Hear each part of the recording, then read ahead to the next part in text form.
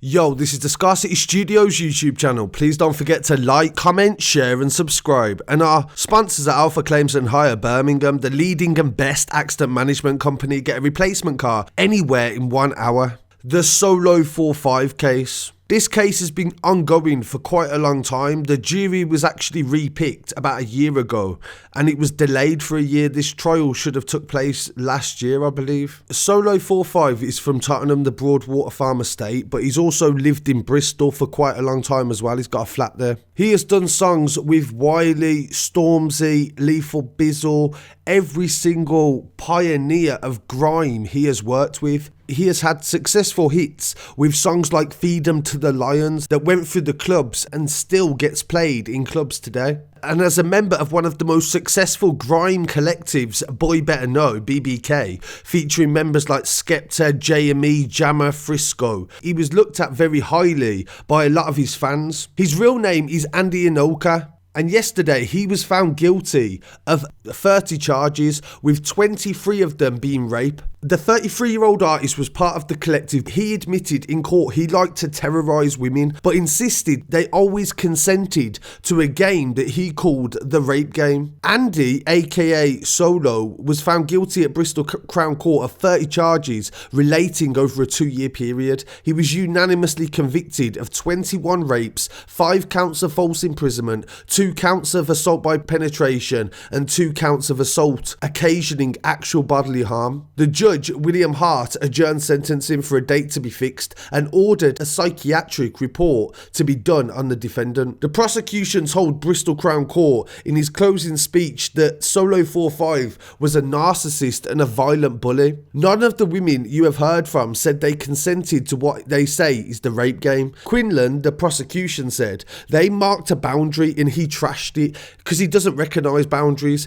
either for himself or anyone else. The prosecution said there was striking similarities in the accounts given by the women who did not know each other at all. These included the use of weapons, being held against their will, having clothing with bleach applied forcibly to their face, and waterboarding. Solo45 filmed much of the abuse on his mobile phone. Sally O'Neill, defending, told jurors the videos they had watched showed the abuse that was rough, sometimes unpleasant, but importantly consensual sexual activity between Solo45 and the 4 women. She described the 4 as independent adult women who were operating on a level playing field with Solo, who is from London but had a flat in Bristol. Solo grew up in Tottenham and was arrested in 2017 after a woman claimed she had been raped at his waterfront apartments in Bristol. Following his arrest, police examined videos and images on his digital devices and contacted 4 further women. Solo45 denied all 31 charges relating to the 4 complainants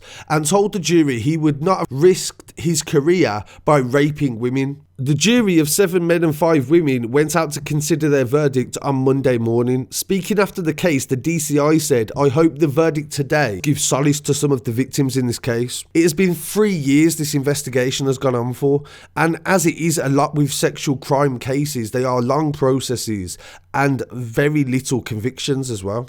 And he maybe inspired a lot of people in their music as well. So the question does remain as to whether BBK are an established brand enough to speak out themselves. JME spoke out today and tweeted that Solo45 had received 30 charges in total. He's already spoken about how bad it is, he says, but he sent his love to a fan called Anecdote and said that he was ashamed and embarrassed that BBK members are tweeting like their friend didn't get convicted of 20 plus rapes yesterday. JME being a father, so he's speaking from a father's perspective there. The fan Anecdote replied back. She said that she atted all of them over the years, and now the convictions have been made. People in BBK need to make it very, very clear that this kind of thing is very disgusting.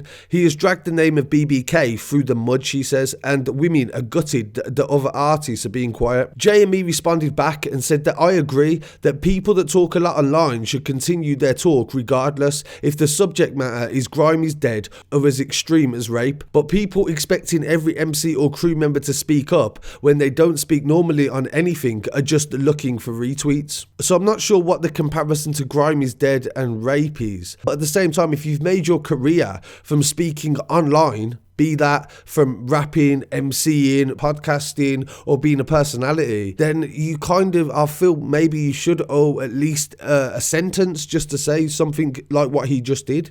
Anecdote, the Twitter user said, replied back to JME and said, "That's a cop-out. Solo45 was part of your crew. The name you all worked hard for has been dragged down. The minimum is a small statement from BBK of condemnation. I don't give a crap," she says, "about retweets, only women's safety." JME replied back, "Retweets equals not you," he said. "I didn't mean you, and I understand what you're saying, but how do BBK give a statement? Since when did BBK give statements?" he said. "We're all individuals, it's a collective, that is true.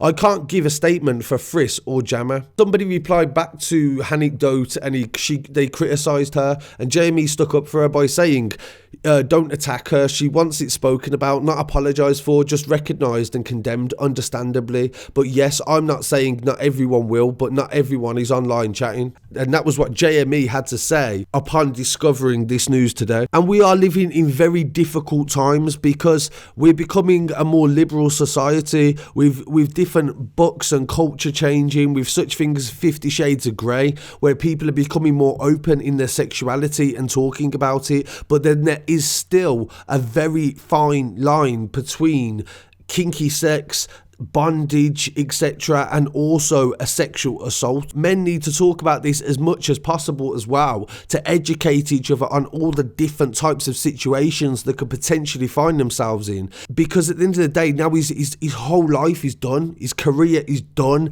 everything is done, and he recorded it and the evidence is substantial. I've struggled to find a statement that I've seen from somebody in court where one woman was saying that she didn't get raped by Solo45 and that she was sticking up for him, but none of the papers I've seen this bit of evidence. So I'm definitely going to look into that little bit of evidence because I want to make it fair. I want all of the facts so you can make your mind up as to what you think happened. I've got to send my best wishes to the families of everyone involved. 3 years is a hell of a long time to go through a court case, and I'll definitely cover it if anybody else speaks upon this publicly, or if BBK as a whole do make a statement. So I really appreciate you joining me today. Please don't forget to like, comment, share and subscribe. I'll be back again very shortly with some more news as well. Peace.